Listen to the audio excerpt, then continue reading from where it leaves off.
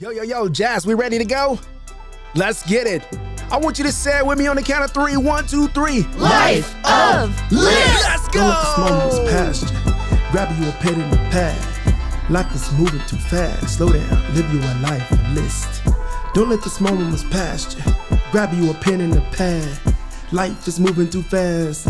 Slow down, live you a life of list. Yo. Welcome to another episode of Life of Liz. I gotta throw my shout outs out. Possibility Studios, I love you. Paradigm Shift, I love you. And my producer, Jazz, I love you.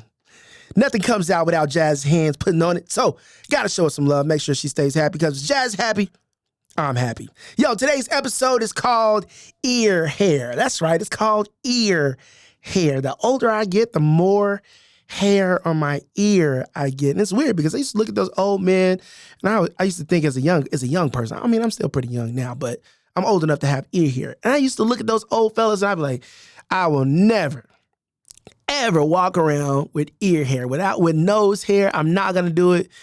But to keep up with that joint is tough. Like, I feel like I'm like shaving my ears like every other day. It just comes in at this alarming rate. So, in order to jump in, I gotta go back. So let me give you a little story. So I'm getting ready for this event, and it's a formal event. And anybody who knows Derek Sire is not a formal event type of person. I mean, when it comes to these formal events, like the 5-year-old Derek that wants to wear his rain boots and his swim trunks and his Superman cape comes out. Like, I don't prefer formal events. I'm such a casual guy. In fact, I for an entire year, I wore a black shirt that had jump on it. Just the word jump. It was my word for the year. I got 12 shirts printed out, and I would wear black shirts and jeans every single day. Like, I didn't want to think about what I was going to wear. I mean, I threw a suit jacket on, and I wore it at corporate events. I wore it to church. Like, I wore it everywhere. I wore it to the bar. I wore it to fancy places. Like, I don't like formal stuff. I don't like the stuffy feeling. I don't like the click of the shoes on the floor when I walk. I don't like the way the collar is stuffy on my neck, like I'm rubbing my neck right now. I'm like, ugh, like the tie, like I don't like it. I just walk different when I'm dressed up. I feel like I behave differently when I dress up. I'm just not a button-up suit, 42 regular type of guy, just not. But I was going to this event, and I had to go. And my wife was going with me, and so she, likes when I dress up. And I like when she look at me a certain way when I dress up. Her eyes get a little glossy. Sometimes she kiss me a little bit more, and, she bite that bottom lip and be like, you cute. I enjoyed that part of dressing up. But I had to go. I had to go. So I ironed my shirt and I cut my hair because I haven't, been to the barber in a while. And put the smell good on and, the good socks and the good underwear. I'm going all out for this wonderful evening. And we get to the car and we drive to the location and we put it in park. And right before I get out the car, my wife leans over and she says, "Hey, you didn't cut your ear hair." And I'm like, ear hair? I have ear hair? And she's like, yeah. And I'm like, you can just see it? Like, it's just sitting there, like, from a distance? Like, you don't have to be up close to see it? And she's like, yeah. And I'm like, how long did you see it? She's like, well, I didn't notice it till right now. I thought you cut your hair. And here's the thing. That whole night, I couldn't tell you the conversations that I had. I couldn't tell you the people that I met. The only thing I could think about was people looking at my ear hair. In the same way I used to look at those old guys with the nose hair and the ear hair and the eyebrows all frilly-willy, looking like the dad off of The Never Ending Story, the grandpa off The Never Ending Story. Y'all know him? He had hair coming out everywhere. I couldn't remember anything because I thought that everybody was looking at my ear hair. And I want to come at this topic from two different angles. In the book, I talk about spending time in the mirror. I cannot tell you how long I spent in the mirror, making sure my mustache was correct, making sure I didn't have the nose hair, making sure my goatee was lined up properly. I cut my own hair, making sure, I got 2 mirrors, 3 mirrors. I'm turning in circles. I got the lights. I did all of that, spent time in the mirror, and I missed my ear hair. So number one, I want to know how much time we spend building up our self-awareness. I don't know how often you all sit and just think about the things that I'm good at, things that I'm bad at.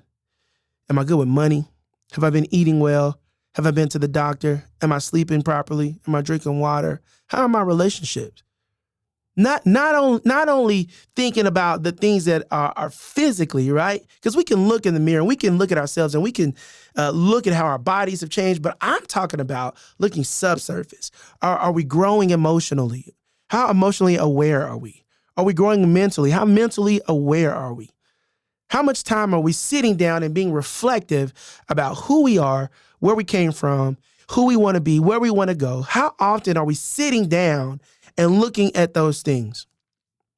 Because sometimes it's easy to notice the low-hanging fruit. I iron my shirt. I put my shoes on, socks, underwear, deodorant, cologne, brush my teeth. I looked at all the big things before going out and presenting myself to the world. But there's always something that we neglect. There's always something.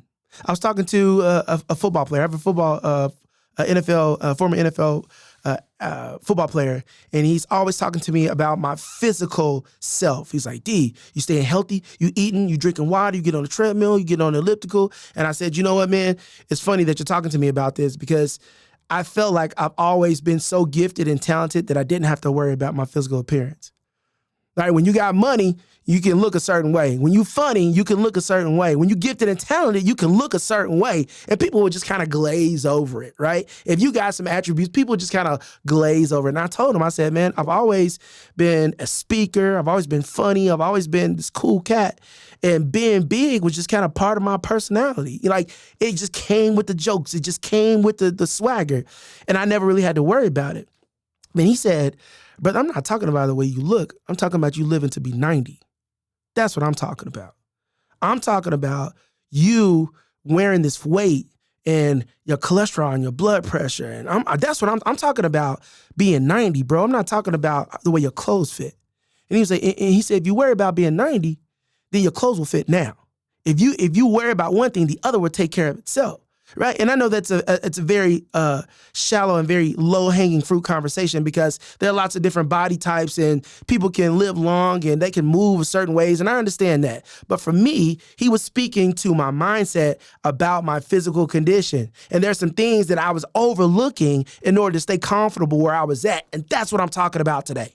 I'm talking about how many of us are sitting down and doing this self-evaluation and being honest with where we are with our mental health.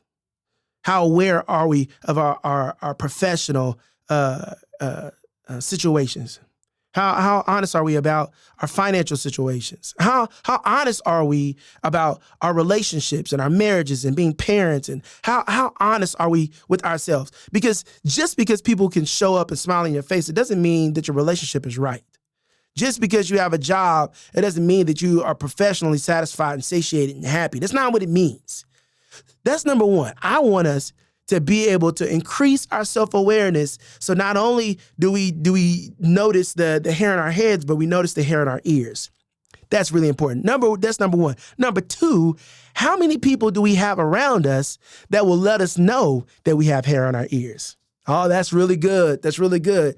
Because we can do all the self-reflection and we can be introspective and we can be self-aware, but sometimes we just don't know what to look for. This is why we need to surround ourselves with people who care about us and who are going to be honest with us and who are going to tell us the truth and tell us the hard things. Remember last episode, right? We talked about leaning in, celebrating those highs and the lows. Well, this time, I want to make sure that we have people that will hang in and lean into those conversations with us.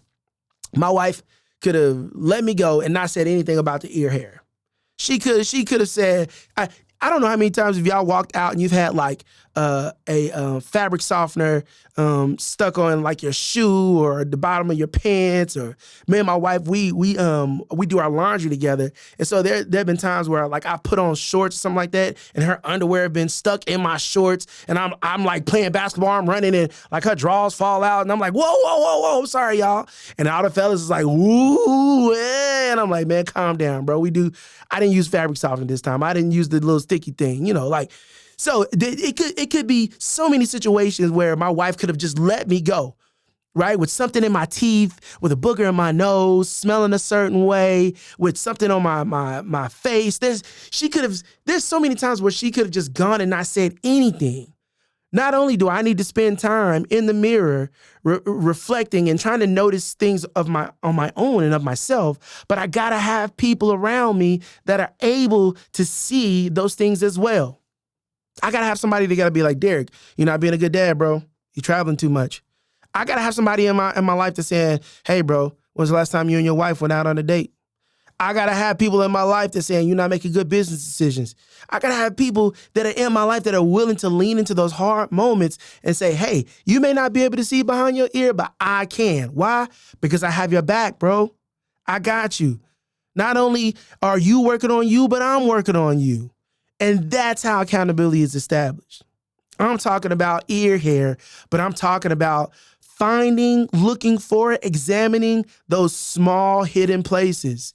Everybody has them. Everybody has blind spots. That's why it's important to have people in your life that's going to keep you accountable and hold you down. Not hold you down like prevent you from going where you want to be, but the people that are going to keep you honest and humble. We got to have people in our lives that are going to tell us when we have something on our face, in our teeth, when our breath stink, when that cologne ain't popping, when that outfit don't match. We got to have people in our lives that's going to tell us when we're speaking too fast and we need to slow down. Shout out to the producer, Jazz. We got to have people in our lives that are going to tell us when stuff isn't hitting. Yes, celebrate us, tell us when we're doing great, but be honest and lean in when we're having those hard moments and those transparent conversations as well.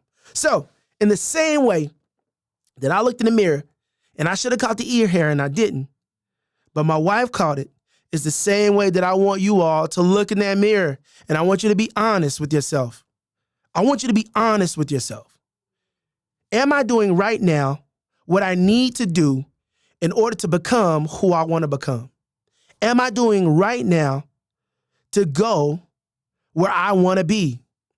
Am I doing right now the things that I need to do in order to accomplish the things that I want to accomplish? And if the answer is yes, then I want you to celebrate. If the answer is no, then I want you to begin to become active and work on those things. And then I want you to find somebody who you love and who you trust and someone who knows you, and I want you to ask them the same question. Am I doing now what I need to do in order to become who I want to become, in order to go where I want to go, in order to accomplish what I want to accomplish? And if they say yes, then together, let's celebrate. But if they say no, then let's pull them clippers out and let's cut that ear hair. Thanks again for listening to another episode of My Life of List, hosted by yours truly, Derek Sire, powered by Paradigm Shift, recorded in the Possibility Studios. Signing off until next time. Don't let that small moments pass you. Grab you a pen and a pad. Life is moving too fast. Slow down, live you a life of list.